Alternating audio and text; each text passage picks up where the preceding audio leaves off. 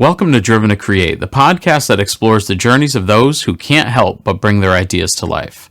Today's title is Love the Art in Yourself.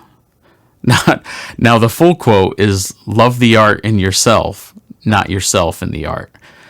So I'm going to force us to be a little reflective here because, as creatives, we benefit from embedding our emotion in everything we do. However, we also embed our ego and our vanity, and that's something that's difficult to overcome, especially when we're doing client work, when somebody else is paying the bills, it's their product, and we are dragged kicking and screaming to change our vision, to what somebody else wants. So we kind of get into that in this episode. I'm joined by Tony Diep. He's a friend, a fellow graphic designer, and he owns multiple print businesses. He's definitely a little bit more mature than I am, and he has a more balanced approach when it comes to this. So we dig into it, and hopefully you'll get something from it too. All right, buckle up. This is Driven to Create.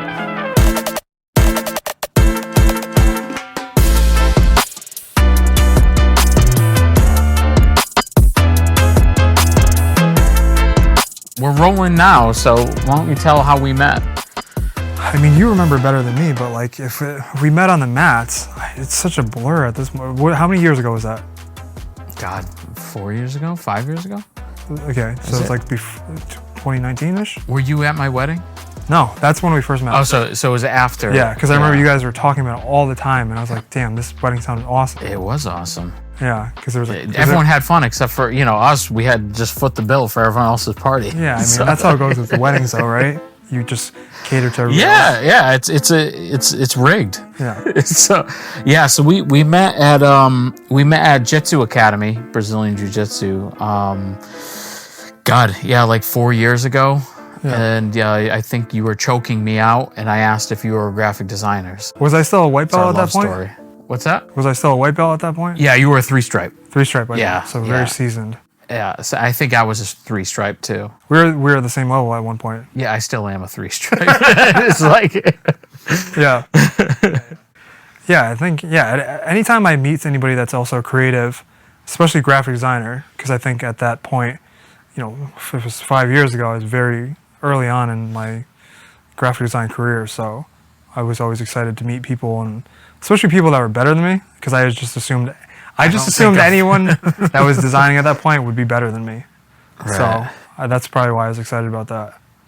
Yeah, no, I mean, I always seeked out people too because of different styles, and you had the skater edgy style that I really liked, that I never got to experiment with my client work. So I was kind of jealous on some ways, and plus you got to use different substrates and everything, where I would just be doing digital, but you were doing different physical applications and stuff. So why don't you tell everyone your background? Yeah, so how far back do you want me to go? Well, not when you were a baby. No, but your as background, far as design goes. And whatever's significant, your professional background. Yeah, so I guess starting back in 2015, that's when we started this business, Micro Print Shop. So I had been messing around with graphic design, on and off for a few years before that. Mm-hmm. Kind of just self-taught YouTube guy, just learned how to design a bottle cap, and then it kind of all sparked from there. There's a tutorial online I still remember to this day where you kind of design an old school bottle cap, and I learned how to do all of the Adobe Illustrator and Photoshop things using that. And then from there I started my clothing brand, and that's where the whole Hot Blood Premium Goods thing comes from. I don't know, a lot of people don't know about that. I don't really. I just accept that it's you. I didn't really know what's the difference. Where's the start, and then where does micro start? Yeah. So when I was working in out of college, I worked at Karma Loop, which was the big streetwear e-commerce brand in Boston, and that was my dream job. Mm-hmm. And then eventually I got fired for my own reasons. I just did a bad job, so I got fired, and then I was really motivated to do something to kind of just prove to myself, prove to them that I can do something, worthwhile with my design and whatnot. So I wanted to start a clothing brand. So that's where Hot Blood Premium Goods was born. It was kind of a streetwear brand of my own that was kind of a mix of like motorcycles and, you know, vintage, like just timeless design, where I would throw it on, you know, apparel like t-shirts and whatnot, sweatshirts. And I really was pushing really hard with that for a while. But then I realized, you know, it makes more sense to print for other people. So that's why I kind of put that one on the back burner. But just in case anybody watching this is wondering, why is this guy's Instagram handle so long and dumb, Hot Blood Premium Goods, that's like my passion project. So that's been kind of on hold for, you know, undetermined future. But you kind of gotta have to go. You have to go where the money is. So, well, I think that's like part of the point of this episode too, where it's like finding the balance between getting creative valid. It's haunted. Yeah, you got a haunted shop. We're in Tony's shop, by the way. Yeah. After hours, but I think it's you know, like the whole purpose of this episode is like finding creative validation in your own creative projects or products, but also like being able to pay the bills and get ahead and stuff like that with client products or projects. So, you know, I think one of the things that like I suffer from is I tend to overinvest myself into every project I do, whether it's for myself or for somebody else. And, you know, that would come at a cost, you know, now and again, where I would find that I would care about the job more than the client did. So I would overinvest my time, my effort, you know, and, you know, often the product's not any better as a result of it, because you're not aligned on the overall vision. So, you know, I would get frustrated because I wasn't getting validated in the way that I would get validated doing my own stuff. You know, it's like, how can they not appreciate this? Like, you know, like I could have done a better job. Like, it's not like an ideal scenario, especially when your client and you aren't aligned on the vision, because you're never going to make both parties happy. So, you know, I think there comes a point where it's like, I need to remove the emotional component out of this and just do the job, you know, do what they're asking to do. And that's a hard thing for creatives, but like, tell me about your relationship with that, especially running a print shop. Yeah. So there's a lot of times where, you know, people will come in, they'll request like, you know, hey, can you create this design for me, blah, blah, blah. And I've been in the same position where like I'll spend a lot of time on creating a design or doing all these mock-ups and finding all these garments and whatnot. But at the end of the day, you can only care about the project as much as the client does. So if they're kind of just like, you know, willy-nilly about it, it's like, oh yeah, this, you know, I kind of want this, I kind of want that. It's like, there's no clear direction. It's like, you either take it upon yourself and like really knock it out of the park, or you can kind of just like follow their flow and just like, all right, if you're kind of just giving me like a half-ass, like the script product overview, then that's what you're going to get. Mm-hmm. So like, sometimes it's like, you get locked into a project where, oh, this could be so cool, like I'm actually invested in this project, you know, spend 2 hours on a design, and you don't even feel like charging the client because you feel so invested and like you think it's so cool and so on brand for you. But at the same time, you have to keep in mind, like, you know, your time is money, and if you just wasted 2 hours on this one project where 3 things fell behind, then you're kind of like running to that situation where like you kind of have to set your ego aside and then just design exactly what they want and whatever makes the most sense for the business and for yourself, kind of thing. Right. Yeah, and I think that's another thing too. It's like I'm a big believer in everyone should have time to tinker, but you know, there needs to be dedicated times where there's tinkering, and then dedicated times to getting client work done, where, you know, if the, you know, the creative brief, you know, dictates something be done, like you don't need to take it a step further if they don't want that. Exactly. If that, like, you can bring it up early in the process, but if they're not receptive of that, it's, you know, it's why add additional stress that may, you know, result in an output that they don't like anyway. So like, if you go crazy on a t-shirt and design, you know, like all these different locations, and they're like, bro, I just wanted a logo right here. Yeah. You know, you just wasted all that time, all that effort, and all that planning that you could have done, you know, building your own company. So that's been on my mind a lot lately.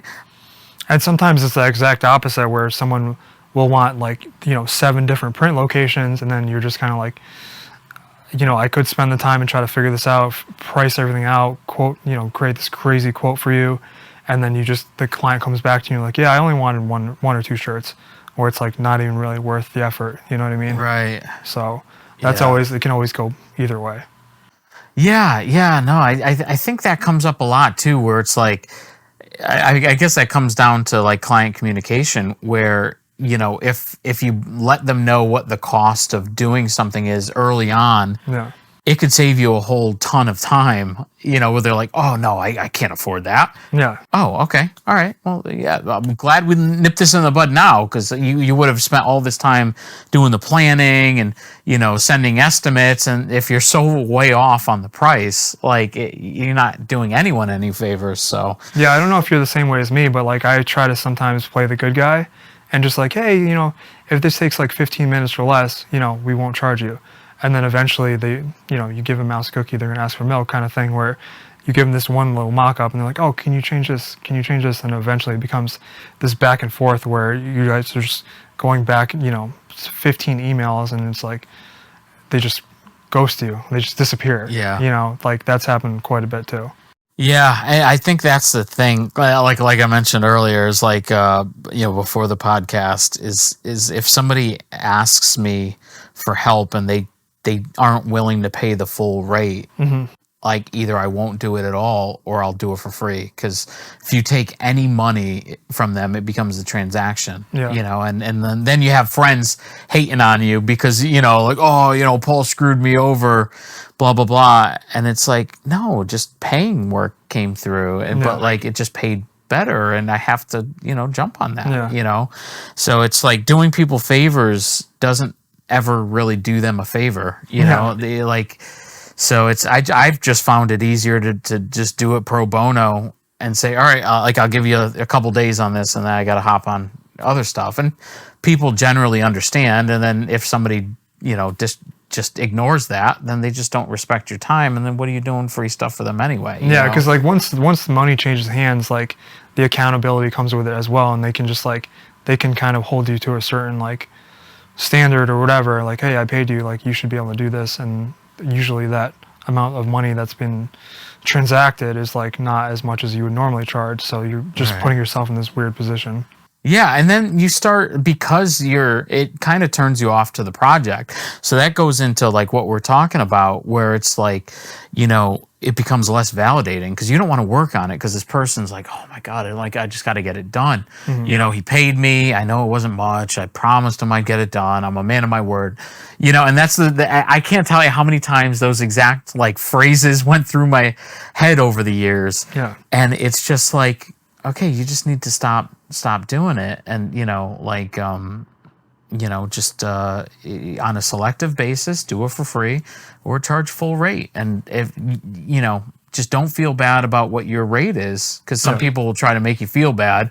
Oh, you think you're worth that? It's like, well, that's what I get paid. But like, you know, other people pay me that. So yeah, because people I would assume people don't realize what goes into all these things. Like, you know, if I can throw together a quick logo in 10 minutes, like, oh, it only took you 10 minutes, but it's like 10 minutes plus the 10 years of like working in these programs. You know what I mean? Like they don't digest that. They don't understand that, and they just think like, oh, it should be easy. And it is easy, but I put all this time into it. That's why it's easy. right. So a lot of people overlook that, and they just think, you know, 10 minutes should be free. And it's like, okay. Yeah, either that or design it yourself in Canva. Exactly. You know, Exactly. like learn Photoshop. Keep beautiful Canva, Yeah, or learn Illustrator. Exactly. You know, Yeah. so it's that's a struggle I've had my entire career, and like sometimes I'll send stuff to Jess, my wife.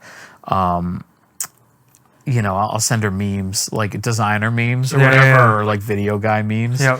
And she's like, this is an over exaggeration, right? I'm like, no, this is 100% my client interactions or my, you know, whatever interactions with people in my career, and it's just so funny. Some of those memes that I like are just like what is the one that I like?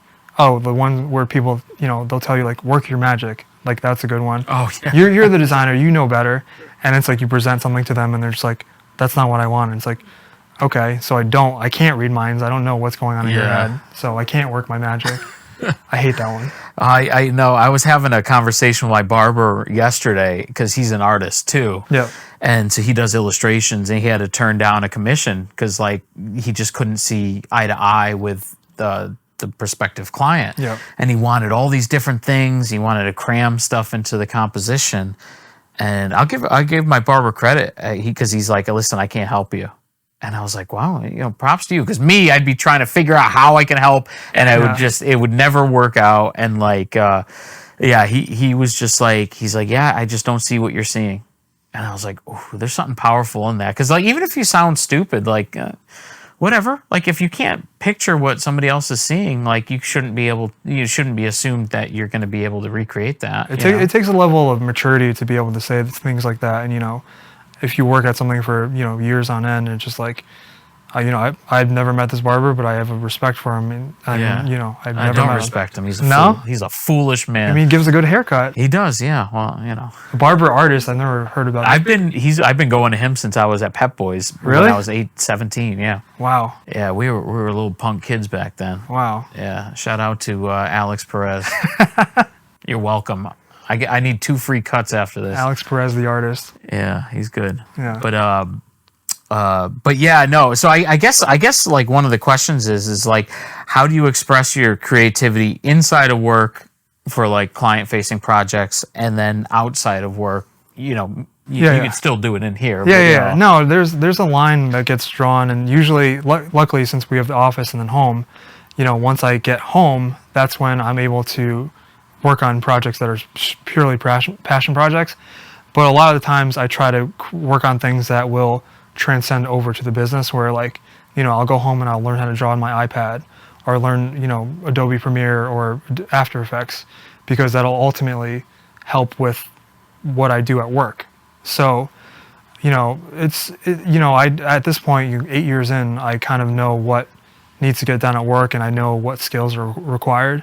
Whereas like I consider at home like the fun stuff, like the creative stuff, where I finally feel like I'm scratching that creative itch of like, I want to learn how to, create a podcast like this eventually. Yeah. And I learned a lot. I mean, we're working after hours right now, and some of this knowledge will eventually transcend into my on the clock hours too. But better than anyone that like on the clock hours is pretty much every hour. So yeah, I'm always just trying to like absorb and learn, and that's why I ask so many questions about setting up this podcast. No, I love that you're asking questions, because you're already artistic, so it's just like some of the that's like more than half of the struggle, and the rest of it is just understanding the technical details on how to manipulate it. But like you can get a basic really good result with just an iPhone and a couple of lights like this. Yeah. As long as the iPhone has light, like you're good. But you don't need like 2 cameras like this, but you can. Yeah. So and I think it's just like understanding the fundamentals, is enough to like get the creative juices flowing, because it's like, okay, it doesn't look as scary as I thought it would be. Yeah. Because I think for me, there's a lot of things I've never tried, and then when I did try, it was only after I got past that thing that I was scared of. Yeah. And then it was like, what was I scared of? I wasted all these years not doing it. Yeah. I mean, if I was to walk into this room right now and didn't see how this was all set up and thought out, I would be overwhelmed. But like the fact that I was here and kind of saw how the sausage was made, I just a goon walking around, like ambling around. Yeah. I can like understand. So it's like the thought process that I need to understand first in order to be able to do it on my own. So it's kind of like, I see all the lights go up, and it's like, why are you putting this light here? Why is this camera going here? So like once I understand the thought process, it's like, that's when I feel more comfortable. And, I've been dealing with like this whole like, kind of like an imposter syndrome thing with like illustrating, because I've been designing and illustrating for 8 years now. And it's like, where's the line drawn between someone that kind of knows how to design and illustrate versus like an actual illustrator? That's where I kind of like pushed like drawing on the iPad and like doing all these like more creative things where I feel more and more like an illustrator.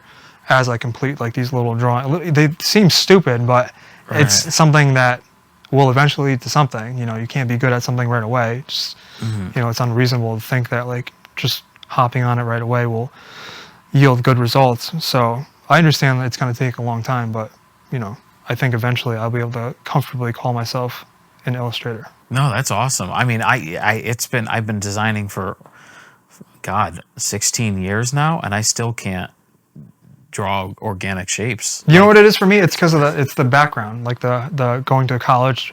Like if I went to college for graphic design, I'd be like, I'm a graphic designer. It says so on this paper. But the fact that like... See, that's foolish though. Yeah, that's crazy, right? But like I think in the back of my mind, I'll always think that way.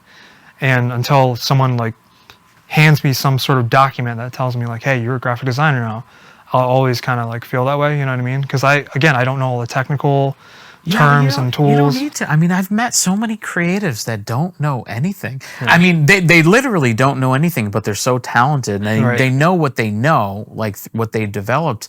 And I think what helped me, because I used to say it took me about 5 years into my career to acknowledge that I was directing. Yeah. I'm like, Paul, you're directing videos. You're a director. Like, it took me a long time. You know, because I was surrounded by so many good directors and so many good like different professional people that I was like, oh, I can't even call myself any of this stuff. I don't even know what you would call me. Yeah. But then my cousin, who's a fine artist, she's like, you know, I was afraid to call myself a photographer, and for the longest time. And I used to shoot photography like literally every other day for years. Exactly. You know? And she's like, if you take photos, you're a photographer. Yeah. I'm like, no, well, it's not that simple. She's like, yes, it is. It just like depends on how you frame it and how you view it. Right. Whereas like something like Jitsu, it's like, I like the structure because it's like this coach who is, you know, really talented and knows what he's doing, he's telling you that you are a purple belt. And who am I to, you know, second guess him? So like, that's why like even as imposter syndrome as I might feel about being a purple belt, it's like someone way better and way more experienced than you is telling you that you're a purple belt. So I'm like, okay, I'm a purple belt. You know what I mean? Yeah. Not to flex or anything. Oh, you're totally flexing. Yeah.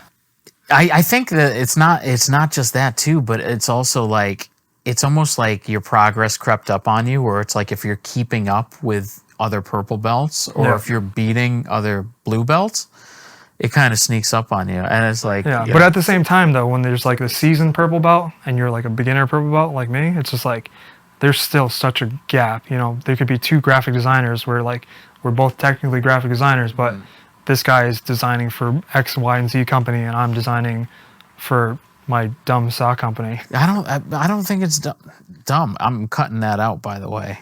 That's the dumbest shit that I've ever heard you say. But like, I think that everything's relative. Like I've seen some really talented people who worked on their own who didn't have any significant clients.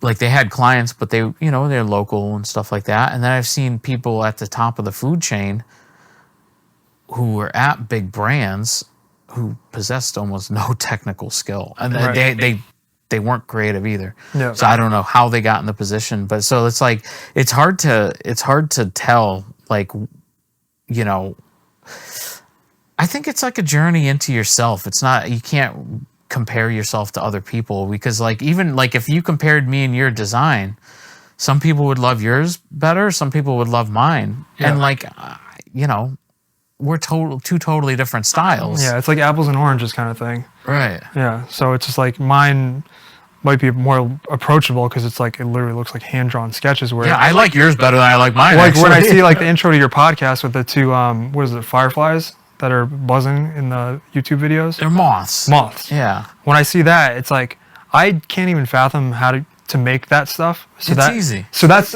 for you. But for me, it's just like one of those things, like I don't even understand how he made those. Like I'm just getting it to the point with After Effects where I'm learning how to fade a logo in and out. Hey, that's the first step. Like baby frames. Steps. Yeah, it's the baby steps. And then make a ball bounce next. You know? That's a good one. That's like the foundational like After Effects thing, and then learn how to like, you know. I just learned about the ease in thing where it just like eases it up and down. Mm-hmm. So I'm learning. Like the speed graph and everything. Yeah, Slowly that's powerful. but surely. Yeah. And they have like tools and stuff to make it easier too. Yeah. But yeah, no, I all that like really fascinates me, and I look at like everyone's progress, and it's so funny how everyone takes like these weird detours, you know, and like my branches look totally different than your branches and stuff like that. Like it still baffles me that I've been doing this for 16 years. 16 years? Yeah, man, it's crazy.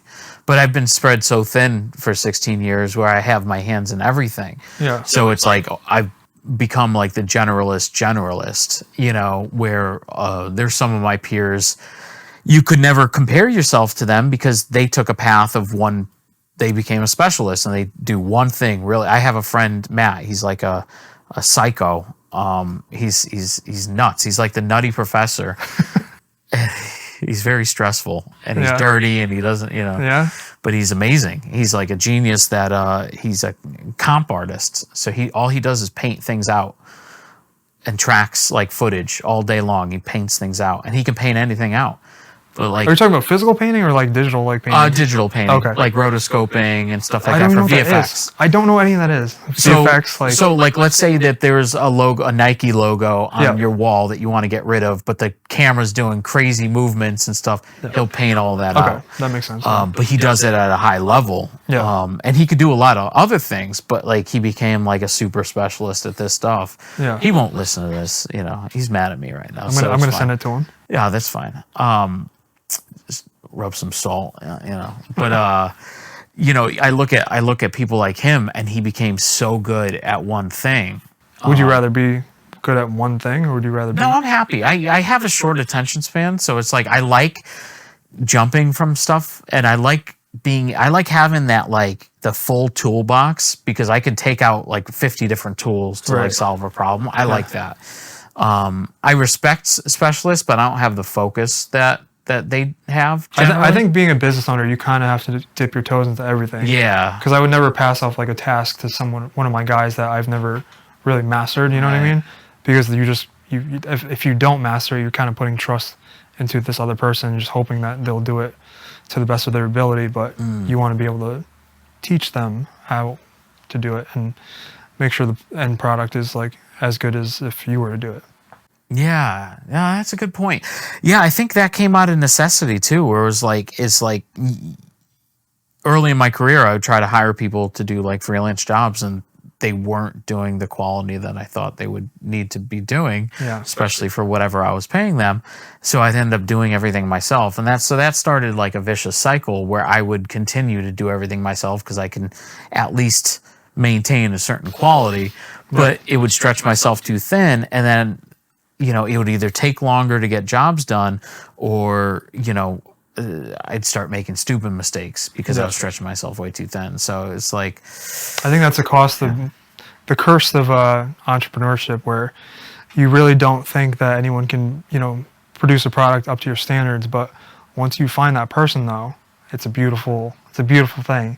You know, I thought, you know, handing off screen printing, like the actual physical printing, would be impossible, but you know, we found their guy, and you know, I have to check in with him, you know, maybe a few times a day, but he's on it. He knows more than I do about it, and it's just such a heavy, you know, weight off the shoulders when you can rely on somebody else like that day after day, and it compounds, and you just build this trust in this person, and it's like, you know, it's necessary for business, especially if you're an owner. You know what I mean? Yeah. I think that goes into like finding a specialist who's like a killer, you know, or it's like they're nasty at what they do and they could do it all day long and just repeat it. And it's like finding those people to complement like the things that either, you know, distract you or you know, that you're not good at or not as good at, you know, and just delegating authority and stuff. So yeah, I think that's like, that's a big thing. And sometimes that's a hard pill to swallow for creatives, especially since everyone has their own style. Yeah. And then it's trying to get like styles to mesh, you know, because like, you know, if somebody if somebody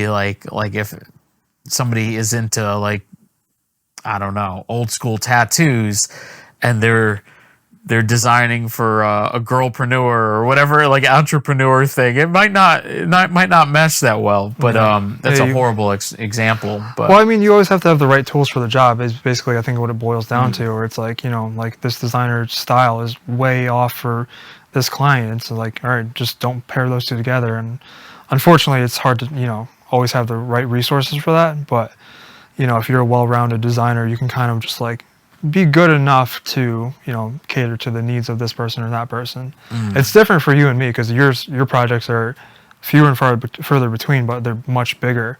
Whereas like some of the clients that come in here, it's like I can kind of wing a design for this person and like it'll be fine because it's for someone's 75th birthday and it's not going to really matter in the long run. You're saying it doesn't matter in the long run. I mean, I'm sorry for Nana's 75th birthday T-shirt. I just typed out. I'm sure Nana loves it. Yeah, she does. She does. Well, I guess here's a question: is how do you separate your ego from the effort you put into the work?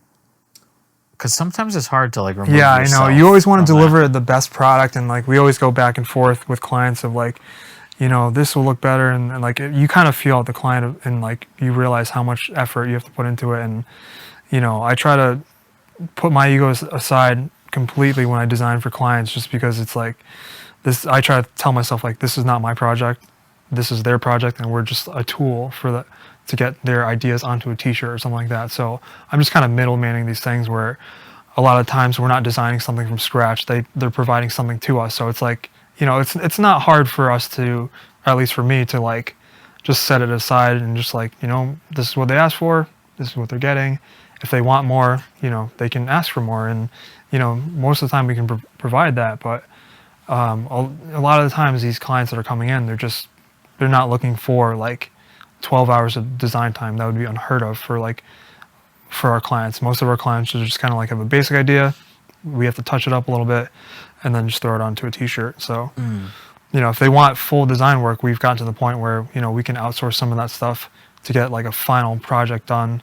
And, we find that to be the best for both of us because, we're not spending all this time on design, but they're still getting an amazing product at the end of the day. Oh, that's pretty cool. Yeah, that's a good idea.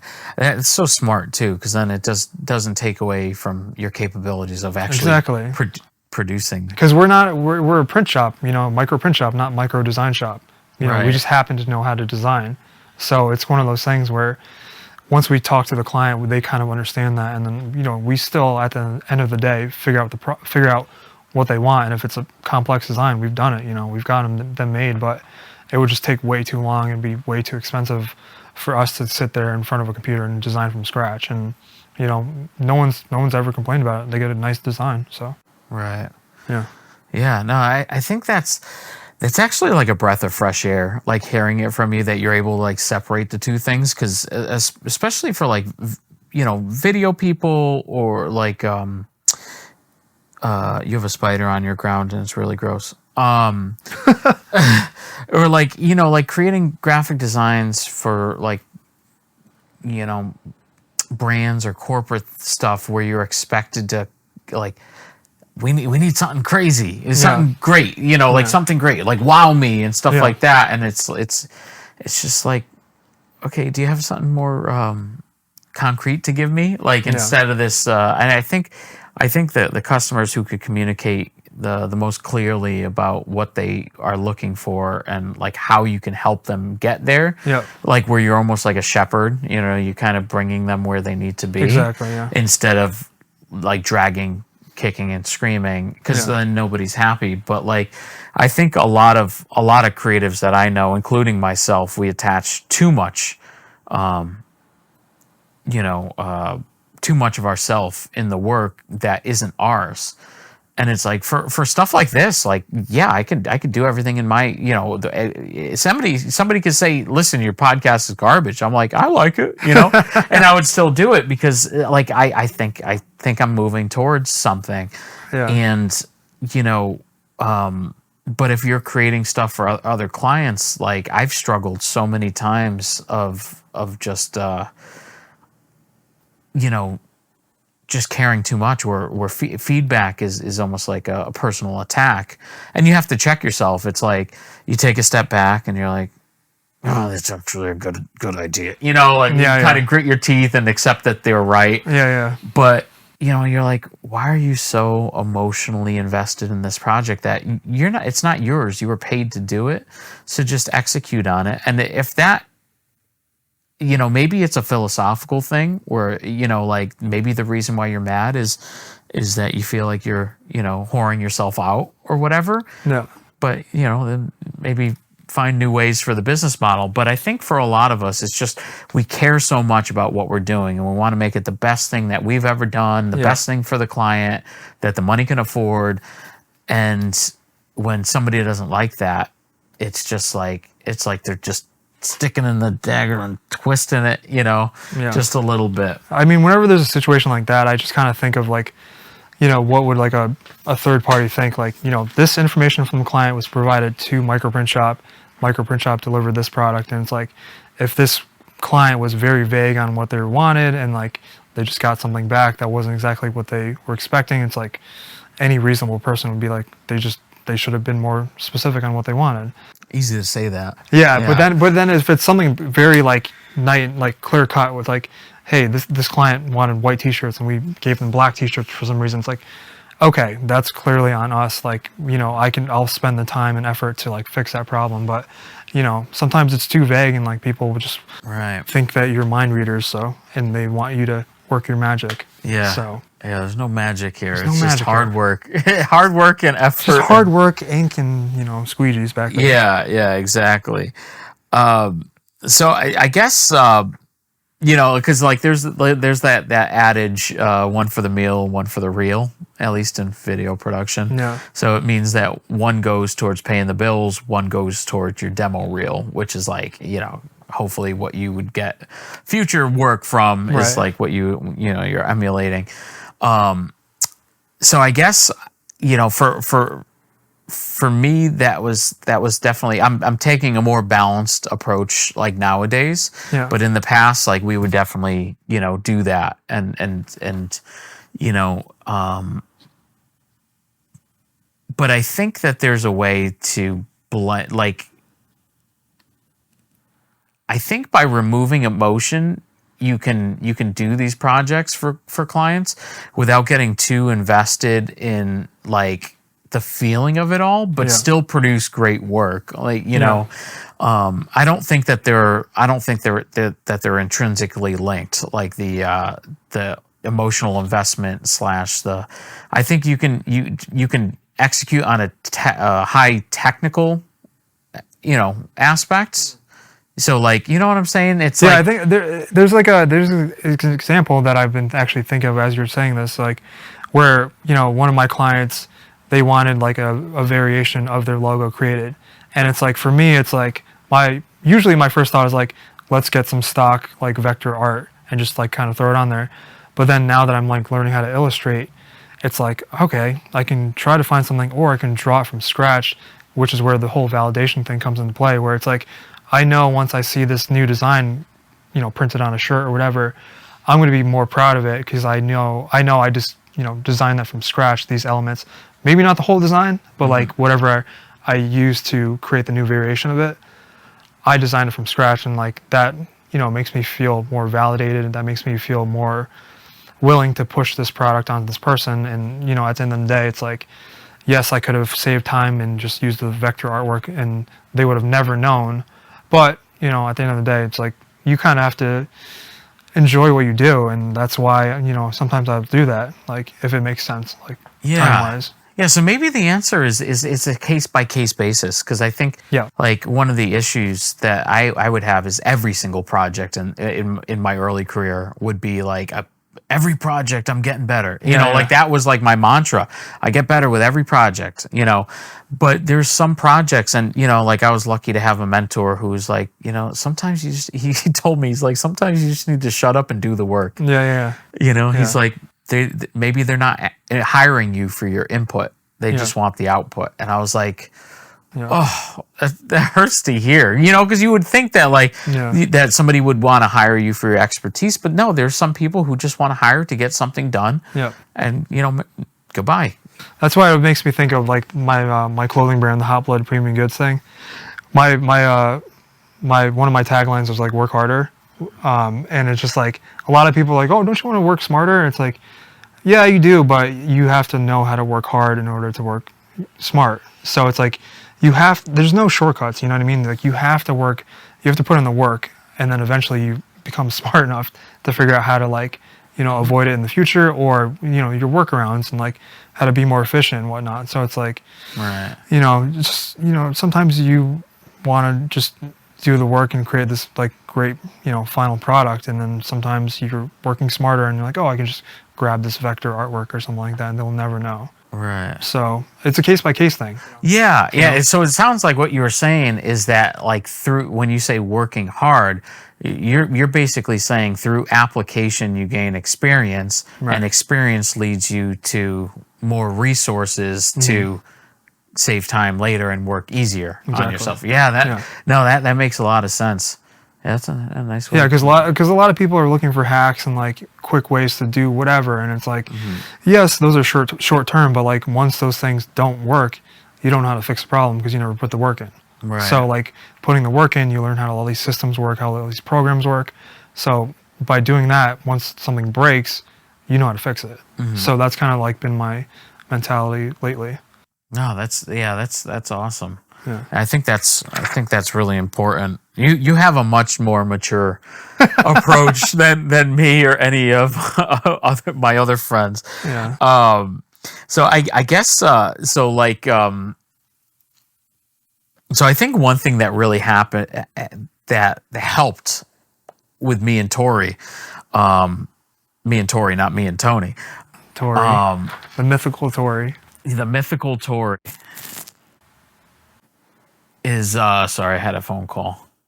No, it was really an alarm. I set an alarm for no reason. The one thing that's really helped me and Tori is we started compartmentalizing our weeks, and like sometimes it changes, but for the most part, what we do is we take Monday to work on our app, and we take Fridays to work on OmniSlash, our studio, and then the rest of the days is handling client work. And granted, there's production management throughout Monday through Friday. We still have to get involved in stuff. But if there's any brute force work that me or him have to do, it's done Tuesday through Thursday. Right. And then obviously we'll just coordinate with vendors and stuff from Monday to Friday. But that's really quick. But the main focus is that 2 days a week, 1 day a week, we're developing IP. 1 day a week, we're moving the company forward, and then 3 days we're doing brute force work for clients. Right. So, and that's only when we're needed. Otherwise, it would just go to the vendors and stuff. Yeah, I think that's a good way of going about it, just because like you have direction, especially when there's two different people. So as long as you guys are because being on the same page with your partner or whatever you want to call it, Tori, like it's important because the old ball and chain. It's my second wife. Yeah, he's like when I go home, I have one, and then I go to work and I have another one. Yeah, just because like moving the company forward, like you guys have to be on the same page. So I think it's good to structure things out like that.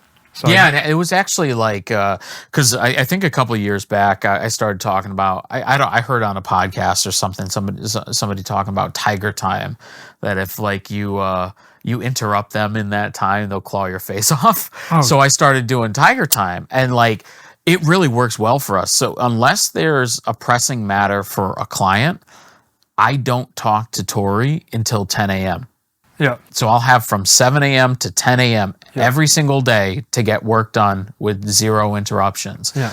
Unless there's like a project that's like, oh, hey, we got to like, hey, you want to go over this or blah, blah, blah. But we're pretty good at, like sticking to that. So what if he does try to contact you during the time? What are your tiger claws? You're not physically scratching him. Well, I mean, I might. I don't. Depends if I'm not feeling good that day. I'm angry. What was the question again? What are your tiger claws? What are my tiger claws? Because you were talking about getting clawed if you interrupt Oh, this I'll person? just say like a snarky response, or you're like, leave me alone. Oh, okay. No, he's better at respecting boundaries than I am. Yeah. So I have issues with that. So if it was reversed and he was on his tiger time, he just wouldn't respond. okay. And that's fine. Yeah. Like, cause like if we're trying to get stuff done, cause like the whole purpose, like what we were talking about before the podcast is like, if you get interrupted and you're in the zone, again, you need a half hour to get back into it. And then you need another hour to really get into the flow state. And it's just like, so if you're getting interrupted by client emails, by coworkers, you're never going to get anything done. Yeah. So like if we're on if we're on the meeting, and like I find that people are just like repeating themselves. Yeah. And I'm like, okay, I gotta go. Like I don't have Yeah. time to play around. Yeah. It seems harsh in the short term, but in the long term, it's going to pay off. Yeah. Yeah. Yeah. You see my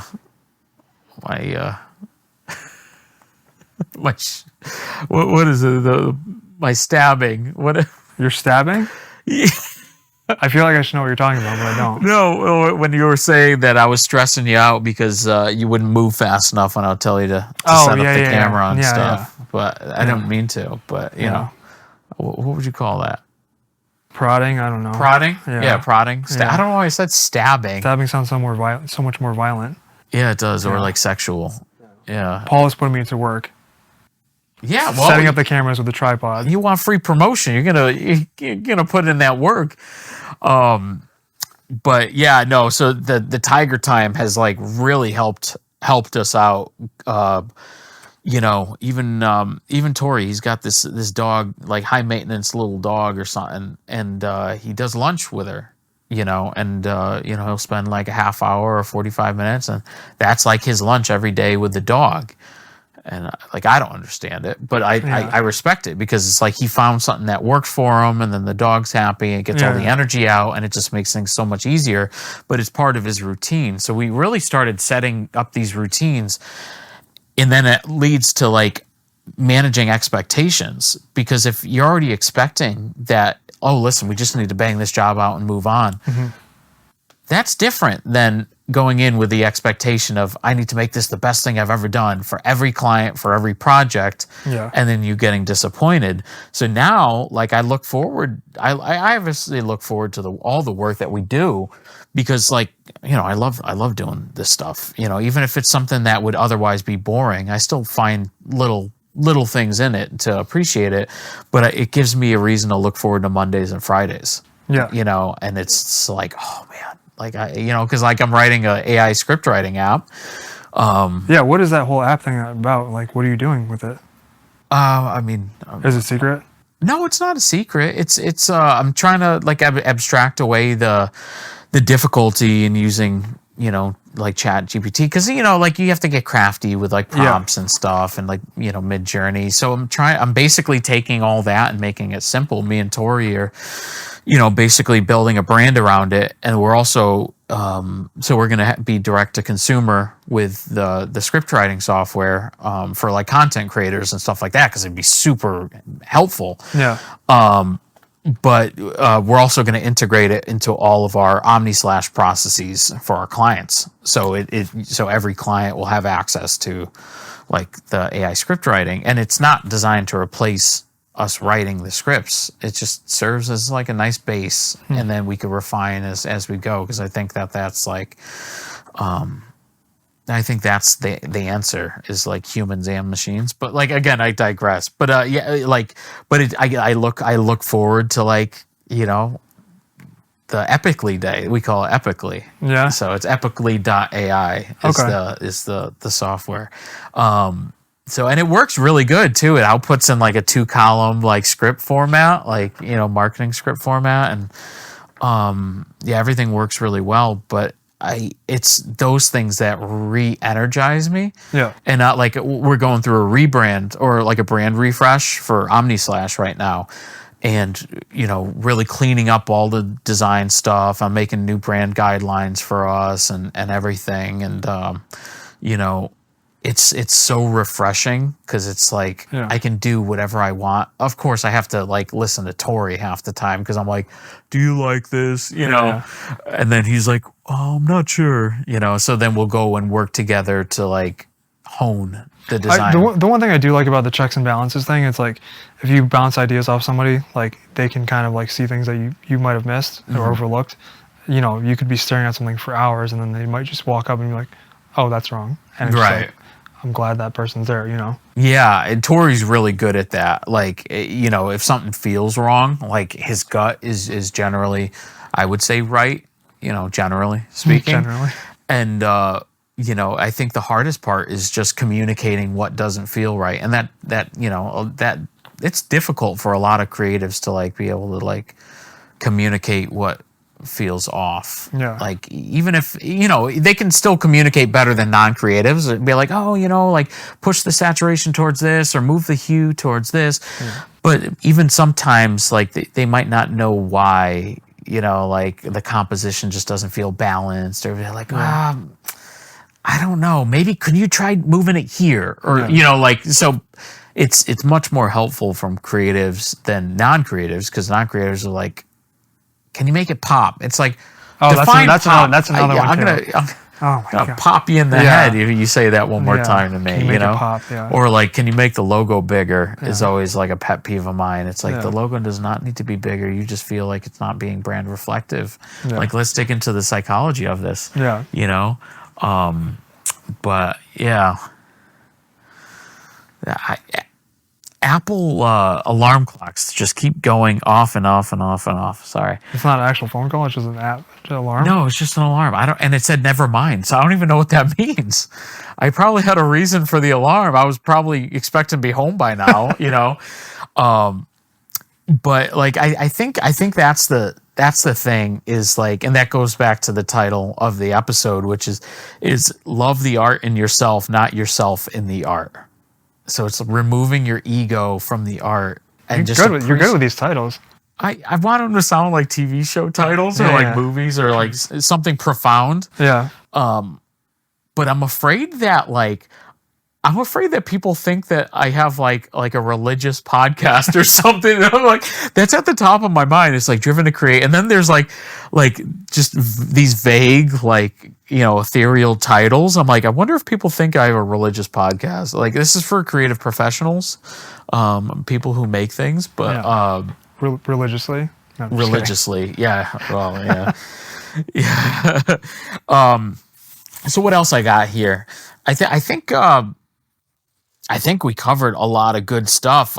You know, there was one thing I did want to talk about, and I have some thoughts in my mind, but I kind of want to ask you first to see what your thoughts are, because it might help me refine, you know, what I was thinking.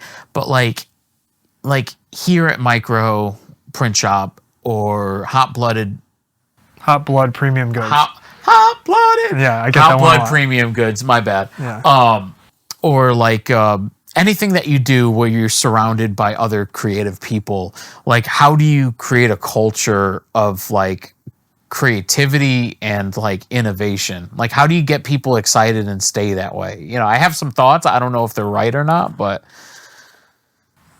staying creative, especially with other people, it's a little difficult in our situation, just because, you know, like a lot of the times it's over the phone or like through like a Zoom call with me and my business partner Justin. But as far as like the physical environment here, you know, I'm technically the only creative here. It's working working over here.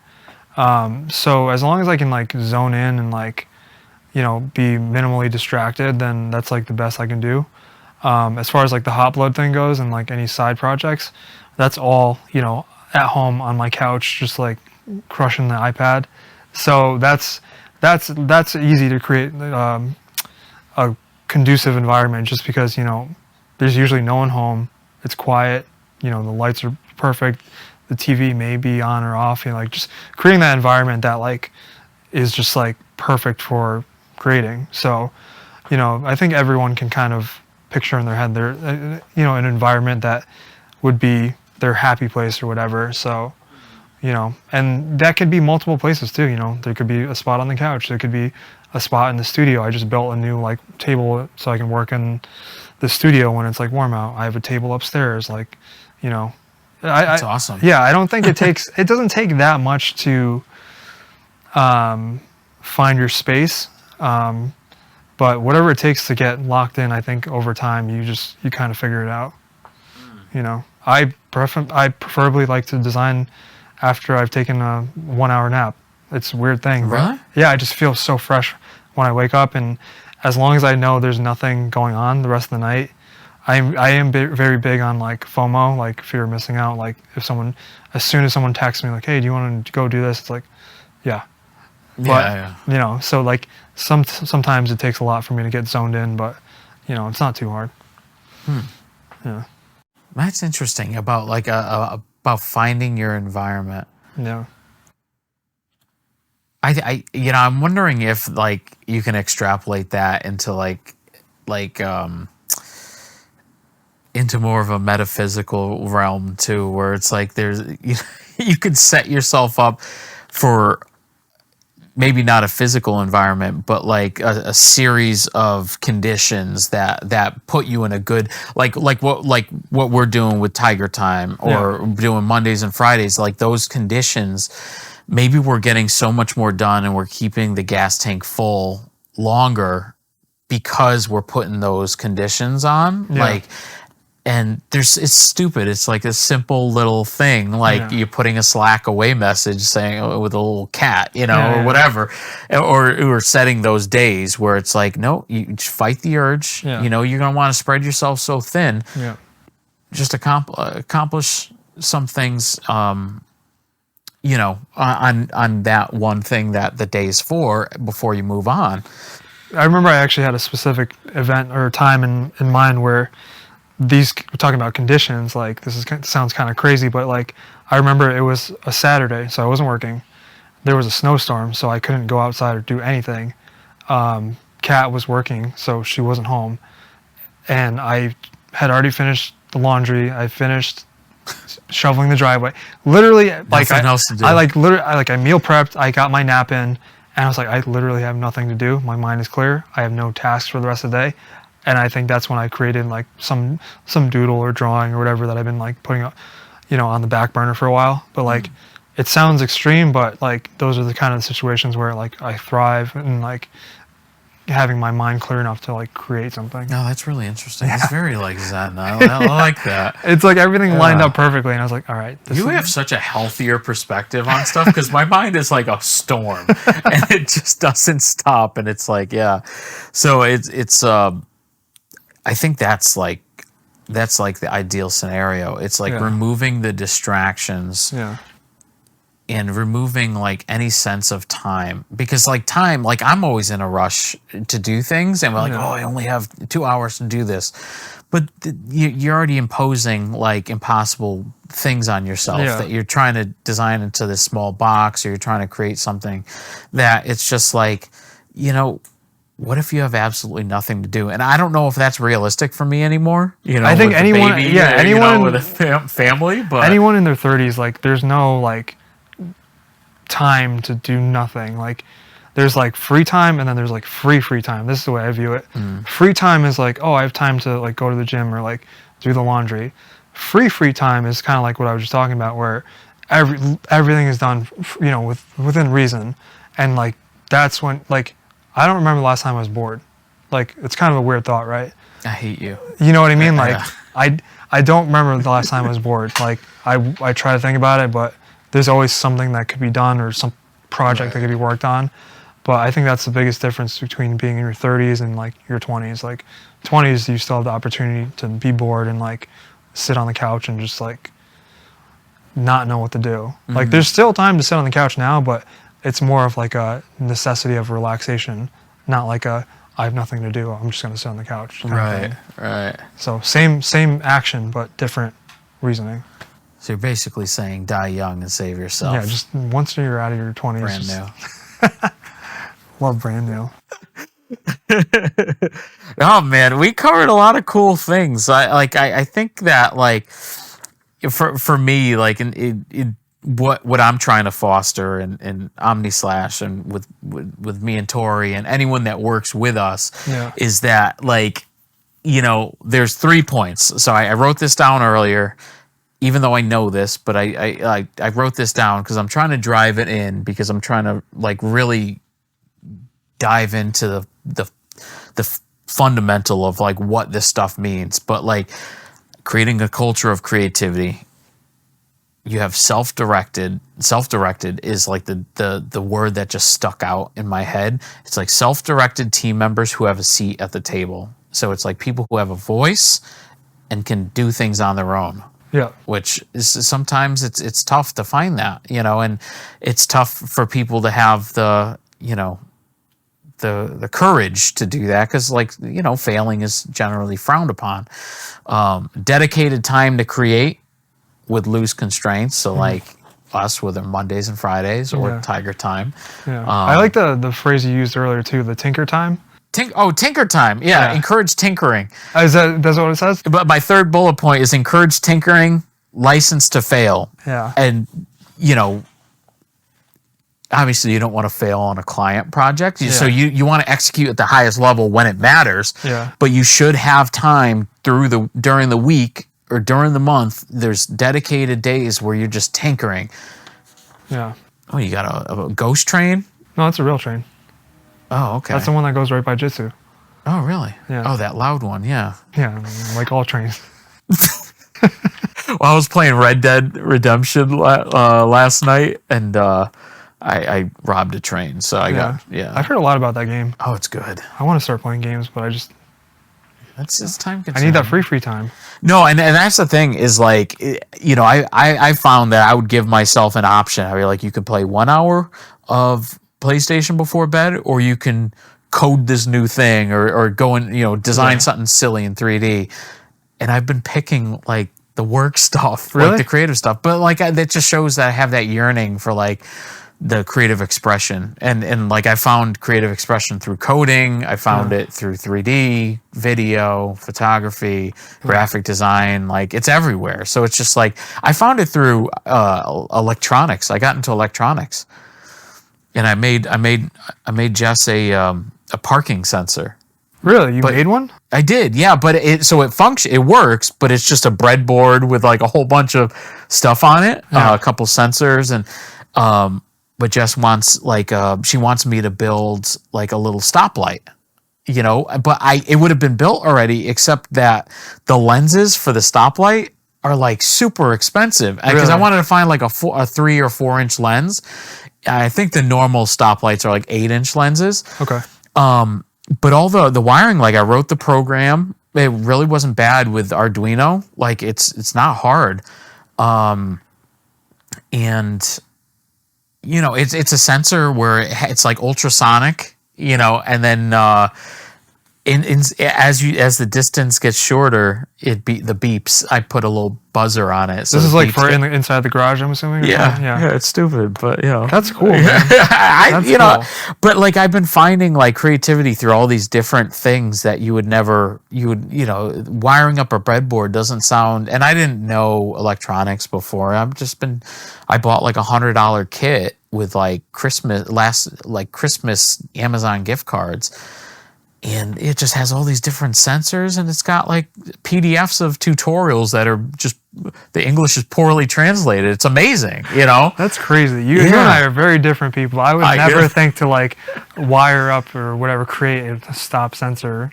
Yeah. But it's cool. It's that but the thing that's shared between us is, like, that sense of fulfillment. I mean, not just us, but any person that's, like, trying to solve a problem, like, that sense of fulfillment and, like, doing something, especially if you've never done it before, it's just like, you know, you can't put a price on that. It's just the best feeling. Yeah, because I love and hate, like, those situations where and maybe you don't experience this, but, like, if I am trying to solve a problem, I'll look up and 6 hours of the day went by. Really? And I'm like, I had a vague idea that this was taking longer, but, you know, it's just like, I like the idea of focusing so deeply on one thing, because it happens it doesn't happen that often that you could just focus on one thing without you putting out fires, because like running a small business is a racket.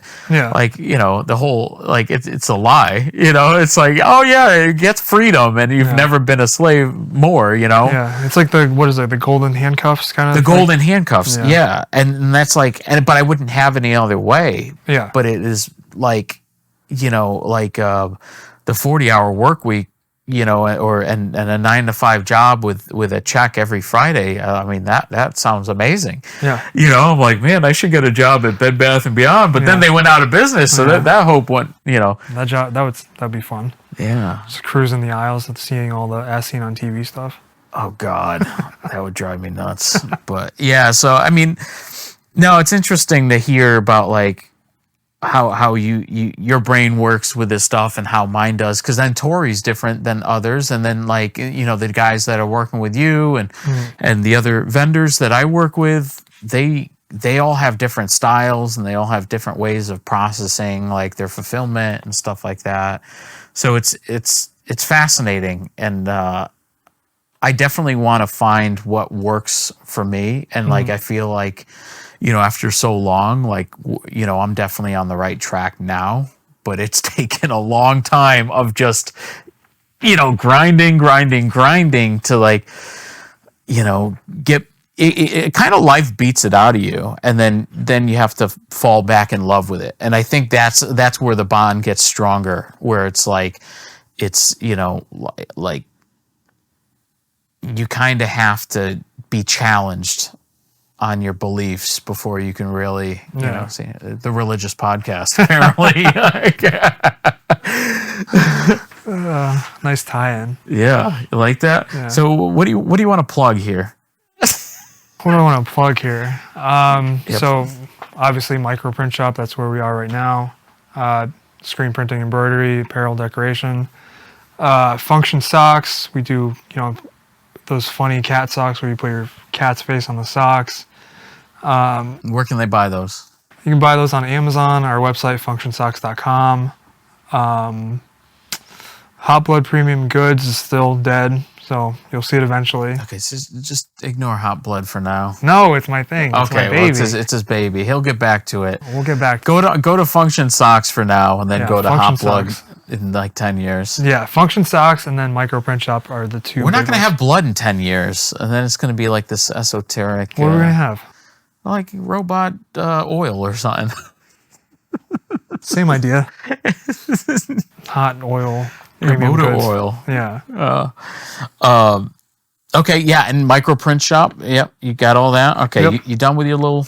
I'm done. Yeah. That's all I got. Your stick. Oh, my Deep Thoughts podcast. Oh yeah. That's So coming. talk about it. Yeah, you didn't even tell me about that. Yeah, because I'm not telling anybody about it yet. Oh, okay. No, Deep Thoughts it's a podcast. You're really frustrating. I You know. that? I know. Just make the damn podcast. If I can make something, my religious podcast, my creative religious podcast. Now that I know how to my set up, non-religious podcast. now that I know how to set up this beautiful podcast, I can maybe attempt it at my house and start this podcast. I do have some notes. I do think an overhead softbox would be nice in your little studio there, but But the whole premise behind the Deep Thoughts thing is kind of actually like, I don't know if you're the same way, but like I feel like some of my best ideas I have, like just real deep like thoughts about business and whatnot, happen like on the car ride into work and then like in the shower, like, and it's just kind of be taking a list of those ideas. Is this place haunted? No, that's just the air ducts and whatnot. Yeah. Oh, It's really windy outside right now. Yeah. Sorry to interrupt you. No, Wow, it's that's alright. wicked windy. Yeah. No, me too. I'm in the shower. Like Jess makes fun of me because she's like, you're like pondering the world's mysteries in the shower. I'm like, well, somebody's got to think about this stuff. Yeah, yeah. It's like, that morning commute is just like one of those times where like these thoughts come into my head and just like, I think at this point, 8 years in running the business, it's kind of like, I feel like some people might appreciate, my thought process. I want to hear your thought process. I love your like perspective on all this stuff because it's so vastly different than mine. So, and I think other people would tune in for the same reason. It's like, they would tune in so they can hear like you're very calm. Well, you're a calm person. You don't really get angry that much that people see. No. Yeah, you're stoic. Yeah. It's the only things that make me really angry are pretty much just driving and like Driving makes you angry? just like the lack of respect on the road. Oh, okay. That just drives me crazy. I Gotcha. think that's pretty much the only thing that makes me angry. Oh, that's it? I think so. I mean, Oh, okay. Yeah. Okay. Well, I'll see if I can push those boundaries. Like, I'll get your ass. we'll figure something out. Yeah. So, as usual, thanks for tuning in, Tony. Thank you for joining. I'm gonna end with my awkward self. Like and subscribe. Apple Podcasts. Is that what they call it? Yeah, Apple Podcasts at Apple Podcasts, Spotify, YouTube, and Instagram. Leave feedback at driven2createpodcast@gmail.com and epically.ai for all your AI screenwriting needs. All right, I'll hire, but actually real quick, hang on. I actually implemented a text to voiceover thing in it now too, so we can create voiceovers. Yeah. So I don't have to, do these plugs myself. I'll just have the robots do it. Really? Yeah. I'm gonna have a mascot for the company. And what's the mascot gonna be? Her name's Vera. We have oh really? Yeah, we have artwork that we never used of her. So I want to start developing this character. I'm like, oh, she could be an AI chatbot. Nice. But no, I'm just kidding. We do, but that's for OmniSlash. That's not for Epically. But Epically will have the AI text to voiceover too. So actually, this applies to you too, not just Tony. So if you need a mascot or a voice for your brand, Epically AI. That's so bad. I mean, it takes a lot to be able to do that. Yeah. But all right. Well, leave a review, subscribe, share. Please share. Definitely share. And until next time, see ya. God, that was a fucking bad outro. See, and that's the thing. It's like the. Would it help if I walked away? No, it's fine. I'll still be horrible. Yeah.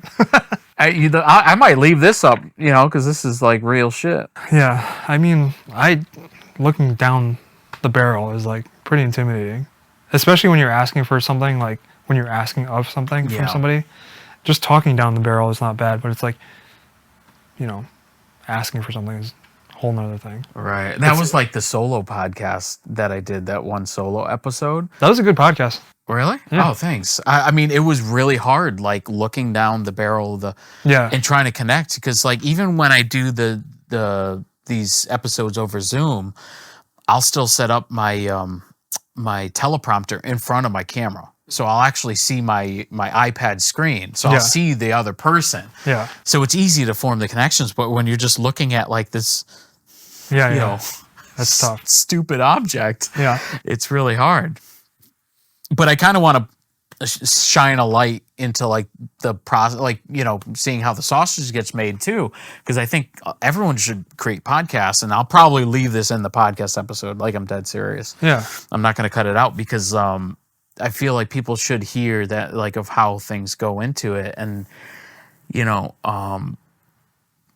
don't know. I think I'm okay with leaving the fat in, even if there's mistakes, because it is the true me. Yeah. And it's if you don't like it, then I'm sorry, but there's people that could benefit from. I'm not leaving it in to waste people's time, but if I think it's of value, it shows the human side of people make mistakes. They'll say I'm glad I had a few ums in there, but I don't think it was overwhelming. No, you did better than I did on this episode.